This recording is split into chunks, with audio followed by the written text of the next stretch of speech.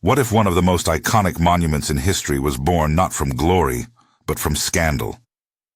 What if the Colosseum, symbol of Roman power, was actually a political apology carved in stone? Imagine standing in Rome as smoke still lingers in the air, as rumors spread faster than the fire that consumed the city. An emperor blamed, a population angry, a dynasty desperate to prove it is different. And from that tension, from that need to rewrite memory itself, rises a structure so massive it would dominate history. Before we step into the arena, subscribe and like this video. If you love deep dives into ancient power, hidden political symbolism, and the engineering genius behind history's greatest monuments, you're in the right place. And stay until the end, because some of the most fascinating details about the Colosseum are buried beneath the sand. Now tell me in the comments, do you think the Colosseum was built for entertainment or for control? Let's see where you stand before we uncover the full story. Imagine Rome at night, the orange glow swallowing rooftops, smoke pressing against the sky so thick it seems to blot out the stars.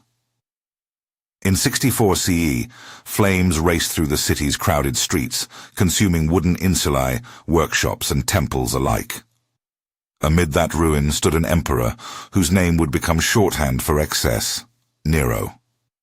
He responded to catastrophe not merely by rebuilding, but by reshaping the city's moral and physical center, erecting a vast private palace, the Domus Aurea, and mounting beside it a colossus, a towering statue meant to proclaim imperial grandeur. From those ashes, a generation later, a very different monument would rise, not as private spectacle, but as public theater. The irony is one of the Colosseum's most revealing truths. The amphitheater we know as the Coliseum was built on ground that had once been Nero's artificial lake, a reclaimed piece of imperial luxury turned into the empire's most dramatic public stage. To understand why the Flavian amphitheater mattered, one must start with the politics of the moment. The Great Fire left Rome wounded and suspicious. Rumors swirled that Nero himself had ordered the blaze so he could clear land for his extravagances. Contemporaries like Tacitus report the public's anger and a desperate need to re-establish trust between ruler and ruled. The year 69 CE, known as the Year of the Four Emperors, saw civil war ripple across the empire. Into that instability stepped Vespasian, a general whose claim to power came with a deliberate program: restore order, restore the economy, and restore the dignity of the city. Building a monumental public arena on the site of Nero's private pleasure, filling in the lake of the Domus Aurea and erecting an amphitheater was a symbolic act. It physically returned land to the Roman people, announced the Flavian dynasty's break with Nero's excesses, and provided a tangible stage for a renewed social contract, spectacle in exchange for stability. Construction began swiftly by imperial standards, sometime around 72 CE, and continued through the reigns of Vespasian and his sons, with the Colosseum formally opened by Titus in 80 CE. The speed and scale of the project have long fascinated scholars. Modern estimates suggest something like 8 years from beginning to inauguration. Whether 8 or a little longer, the feat depended on Roman engineering systems that married standardization with bold innovation. The Romans made avid use of 3 key building materials: travertine, a dense limestone quarried near Tivoli and used for the outer facing; volcanic tufa, lighter and more easily shaped for secondary walls; and opus cementitium, Roman concrete, a composite material of lime mortar, volcanic ash, and aggregate that allowed for vaulted spaces and masses to be raised quickly and durably. Opus cementitium is the ancient term for this concrete. Think of it as a hydraulic mortar that set underwater and permitted forms the earlier generations of masons could not easily achieve. The construction system itself favored repetition. Large travertine blocks were cut to standard dimensions and secured with iron clamps, while the interior skeleton relied on a sequence of arches and vaults assembled like modular units. This allowed teams to work simultaneously across different sectors, accelerating progress.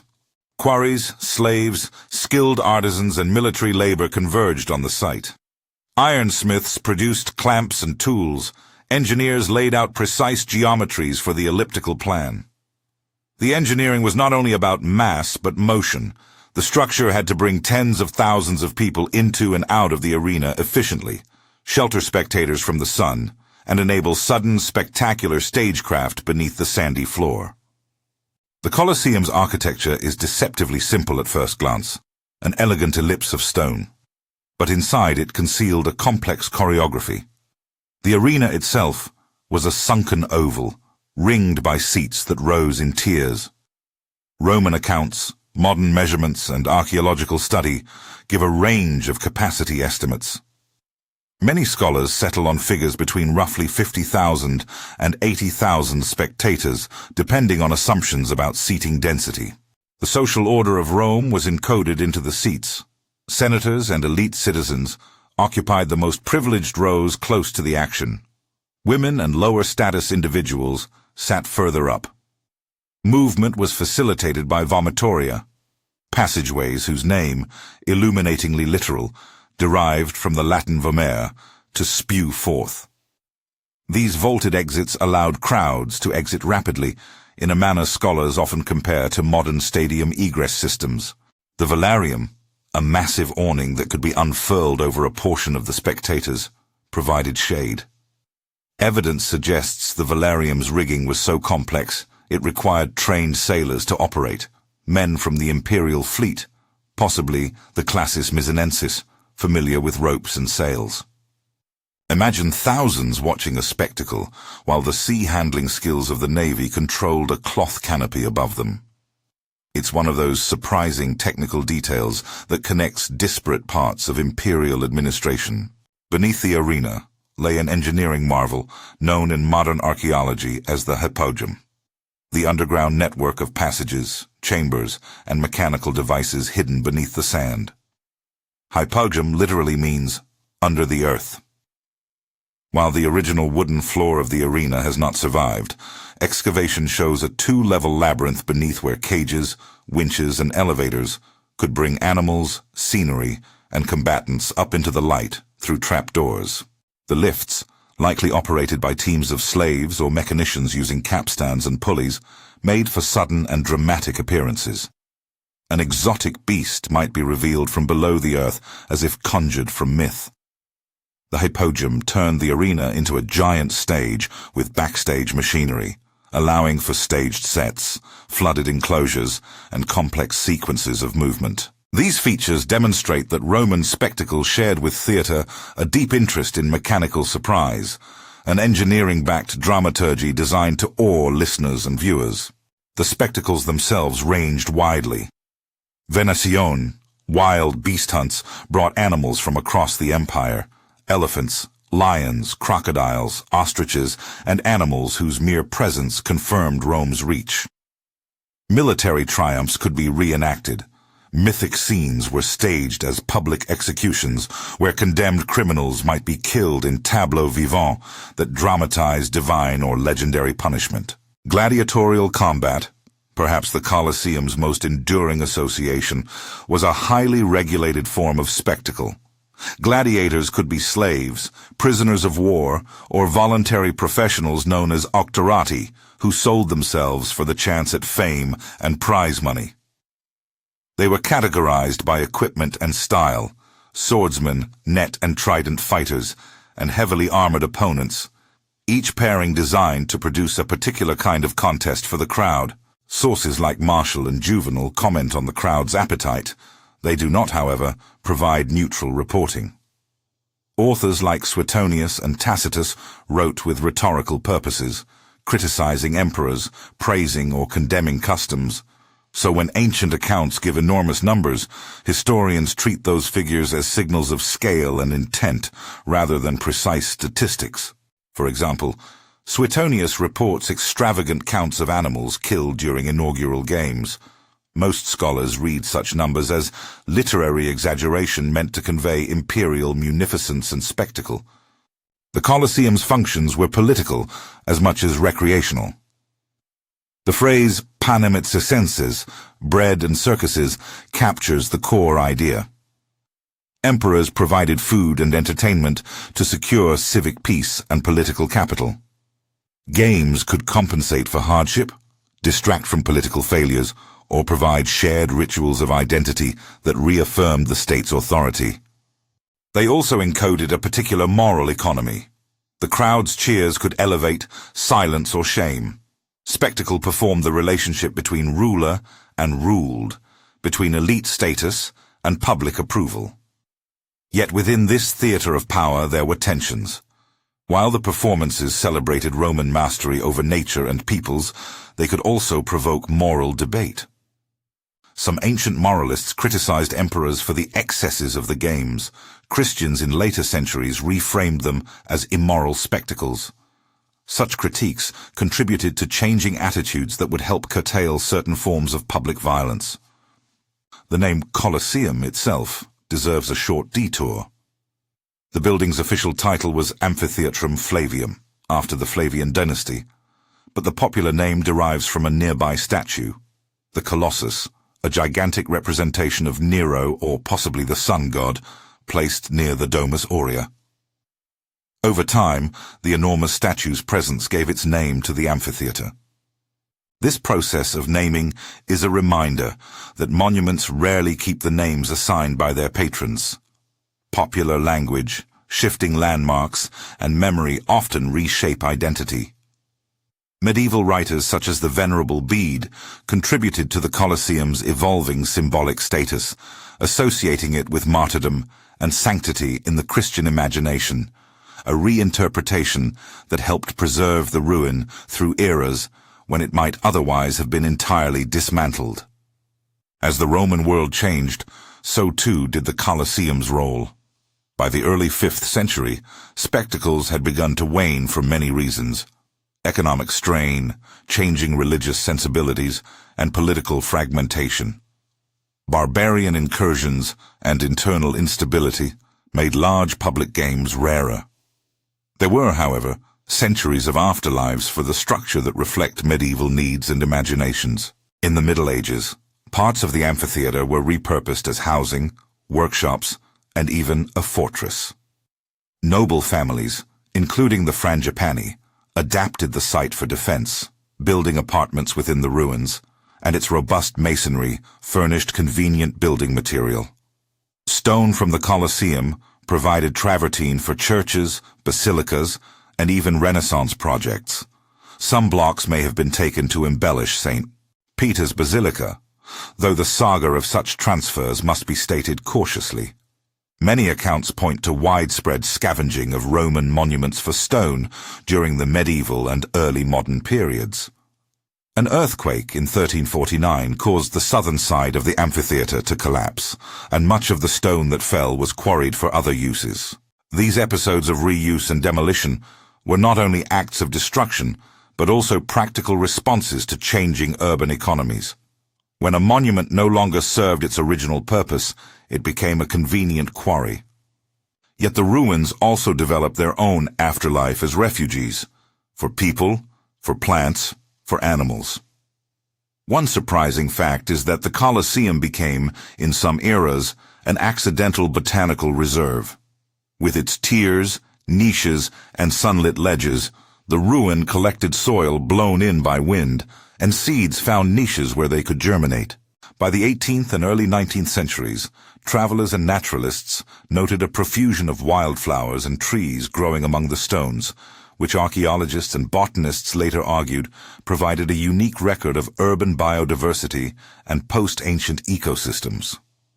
Even as stone was removed, the ruined silhouette remained a powerful signifier in the Roman landscape.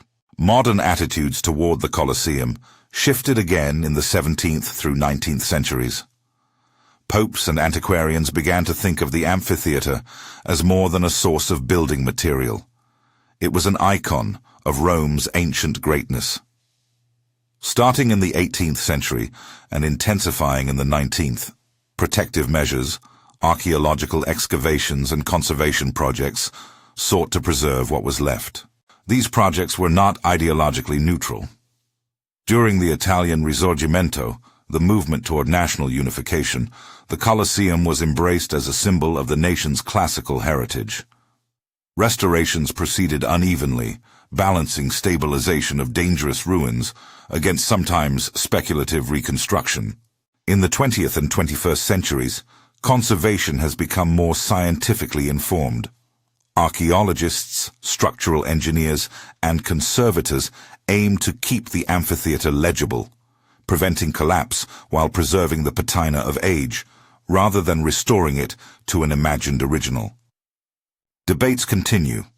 Should restorers rebuild lost sections for aesthetic unity, or leave them as ruinous scars that tell the story of decay and reuse?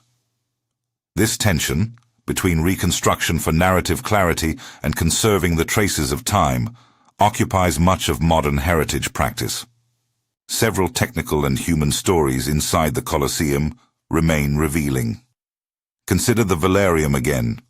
Modern experiments and textual clues suggest that teams of naval sailors scaled the superstructure and manipulated a tangle of ropes to unfurl or retract the cloth covering.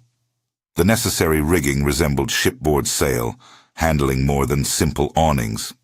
The Valerium was effectively a huge canvas supported by masts and rigging anchored to the outer arcade. The presence of sailors on the scaffolds also highlights imperial resource allocation. The same people who manned the empire's warships could be reassigned to protect audiences from the Mediterranean sun. Another often cited surprise: the Colosseum's underground machinery was more complex than once imagined. Excavations reveal channels for props, cages for beasts, and layered passages that suggest carefully timed stagecraft. Pliny and other ancient authors occasionally comment on the engineering feats of the age. Later scholars corroborate these glimpses with physical evidence. The practicalities of sustaining such spectacles demanded logistical supply lines on a continental scale. Exotic animals were not locally bred. They were captured, transported, and maintained at somber cost. The supply of gladiators involved a network of training schools, merchants, and sometimes convict labor. Feeding an amphitheater full of people and beasts required granaries, markets, and imperial funding. Inaugural games could last months. Tacitus and Suetonius give us rhetorical accounts of prolonged celebrations, and while their numbers must be read with caution, they convey the political necessity of theater-sized generosity. Suetonius, for example, reports enormous tallies of animals used in games, a detail as much about imperial image as zoological practice. The question of gestures inside the arena endures as a small but telling controversy. Popular imagination often depicts a thumb turned down as the crowd signed to kill a defeated gladiator, but ancient evidence is ambiguous. Latin terms and iconography don't map cleanly onto modern expectations. Some scholars now argue that a closed thumb signaled sheathing the sword, while other gestures related to wage, mercy, or the authority of the editor, the official deciding life or death, were more complex. We cannot with certainty reconstruct a single, uniform system of crowd signs across the centuries and regions of the empire. What survives are many hints, pictorial representations, literary references, and inscriptions that require careful interpretation. The persistence of the thumbs-down image is more a story about contemporary myth-making than a clear mirror of ancient practice. As the centuries passed, the Colosseum became invested with layers of meaning. To medieval Christians, it could signify martyrdom. To Renaissance architects and patrons, it was an archive of useful stone and classical forms. To modern Italians, it became a symbol of national identity and an essential attraction for visitors from around the globe. Alongside its symbolic transformations, archaeological study peeled back layers of the building's biography, the sequence of construction phases, the modifications under Domitian and later emperors, and the medieval insertions into the ruin. Each phase gave the structure a new function and a new set of stories. The archaeological record, guided by textual evidence from Tacitus, Suetonius, Pliny, Marshall and others, has taught us much, but every source arrives with a bias. Tacitus writes with a senatorial lens and moralizing tone. Suetonius organizes lives as scandalous portraits. Marshall and Juvenal satirize popular tastes and urban life. Modern scholars must read these authors against the grain, using material remains to test and refine literary claims. Where texts exaggerate, stones sometimes correct. Where stones fall silent, texts provide context. Together, they form a composite account that, while never absolute, approaches a fuller picture. Before we close, it helps to hold a compact list of the most surprising facts that reshape how we imagine the Colosseum. First, it was built on a drained imperial lake. What had been private imperial pleasure was returned to the public. Second, the velarium, the enormous awning that shaded the crowd, was handled by trained sailors. Naval expertise was literally lofted into the heart of public entertainment. Third, beneath the arena, the hypogym housed an elaborate machinery of lifts and trapdoors that made animals and scenery appear and vanish as if by magic. Fourth, the site became, over centuries, a peculiar botanical refuge.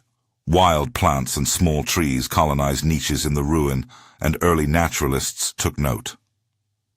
Fifth, stones stripped from the amphitheater supplied material for other major constructions, including projects associated with St.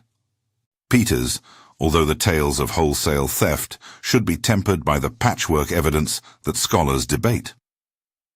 Sixth, the supposed mechanics of crowd decision, like the infamous thumbs down, are uncertain. The gestures were more complex and context-dependent than popular legend allows. Seventh, the Colosseum's construction was remarkably fast for its scale, relying on standardized blocks and modular strategies that allowed parallel work. Eighth, animal and human participants in inaugural games were likely counted in ways designed to show imperial grandeur rather than provide precise statistics. Ancient authors used numbers rhetorically. Thinking of the Colosseum in time, it is a mirror reflecting successive eras' values. Under the Flavians, it was an instrument of power and reconciliation. In the Middle Ages, it became a living part of the city's fabric. Homes, workshops, a fortress. In modernity, it has been a subject for preservation, tourism, and national memory. The debate about how best to protect such monuments continues. Some argue for careful, minimal intervention that preserves the ruins' authenticity. Others support reconstructive efforts that restore legibility and visitor experience. Both positions raise ethical questions about the role of heritage. Is it to provide clear narratives for the public, or to preserve the layered, sometimes messy evidence of the past? If you imagine the Colosseum now, picture not only its outer ring of arches and the battered stones of the facade, but the invisible histories lodged in each worn step and patched wall, the hands that lifted iron clamps, the sailors who hauled the velarium's ropes, the animals that plunged into the light from below, families who lived within its bowels in the Middle Ages, botanists who chalked up plant lists on their notebooks, conservators who now plan slow interventions to keep the monument standing. The Colosseum's story is not a closed book. It is a palimpsest continually rewritten by politics, religion, architecture, and scholarship. As a final reflection, consider what monuments teach about power and memory. The Colosseum began as a calculated political gesture, rebuilding civic life on the ruins of imperial excess, and evolved into a contested symbol whose meaning changed with each era. That mutability is not a failing but a fact. Monuments survive because communities give them new purposes. Conservation decisions today, like those of the 18th and 19th centuries, are guided by contemporary values. Protecting the Colosseum is therefore also an act of choosing what stories we want to carry forward. The story of Roman engineering genius, the story of human spectacle and suffering, the story of a city's changing face, or all of these together. If one thing stands out about the Colosseum, it is this. It resists a single interpretation.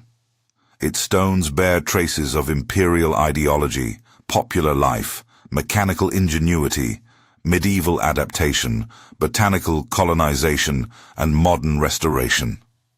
That complexity is precisely what makes it worth studying, visiting, and arguing about. What surprised you most about the Colosseum?